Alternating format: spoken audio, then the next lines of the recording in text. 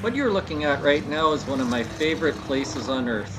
This is the Estevan Motor Speedway. I love this place. I volunteer out here as a track official. I usually stand at the end of that wall where that big tire is.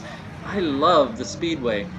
What you're looking at on track right now are not the cars that normally race there. We typically run IMCA modifieds, stock cars and hobby stocks, expensive cars that go very quickly, driven by very good drivers. What you're watching is the Enduro race. The Enduro race is the last race that we do every year, and essentially you take demolition derby cars and run them in a circle for an hour and a half and see who can go the farthest. How many laps you can get in an hour and a half. This is the second time I've done this race. If you haven't figured it out yet, I'm the guy in the blue and yellow car.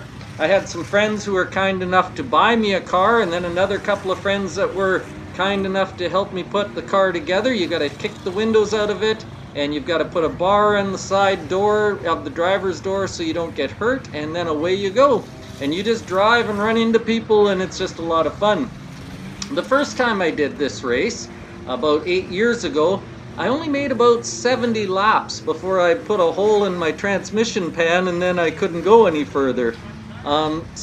And that time I went out as fast as I could. I tried to pass as many people as I could. I was going as hard as I could. And then I decided this time I was going to take a different approach. I was going to go slow this time. These are some pace laps before we get really going. But I was going to go about this fast because I realized that most endurance races are not won by the fastest people. They're won by those who can endure. Those who stay out of trouble, those who don't get run over by somebody, those who don't end up wrecking their car usually do really well. And so I was just going to go out there and putter around on the bottom of the track, and I was just going to endure until the hour and a half mark and see where I ended up. But as you can see from this video, as soon as they started racing, I couldn't let people pass me, and so I started racing everybody and being stupid, and I eventually got spun out in a corner and somebody slammed into the front of my car and wrecked it. Why am I telling you this though? I think this is a good analogy for what we're going through right now. What we're going through right now isn't going to require force or speed or just going as hard as you can. What this is going to require, if we're going to be successful, it's going to require some endurance. It's going to require some perseverance. It's going to require some just hanging on till the end.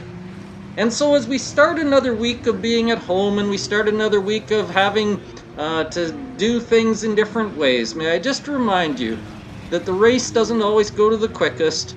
Sometimes the very best thing you can do is just hang on and persevere until the end.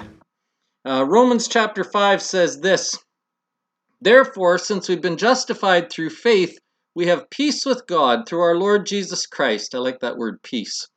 "Through whom we have gained access by faith into this grace in which we now stand. And we boast in the hope of the glory of God. Not only so, but we also glory in our sufferings." Our sufferings can give us something good because we know that our suffering produces perseverance. Perseverance, character, and character, hope. I don't know what you're facing right now. I think everybody is facing something different, but whatever it is, I hope you can face it with some perseverance, because that perseverance will then build your character, and out of all these things, we can maybe still find some hope. The race doesn't always go to the fastest, it goes to the ones who hang on to the end. By the way, if you're interested, this past year I made only about 40 laps. This is what my car looked like at the end. Don't look like this. Hang on, make it to the end, we'll all be better off.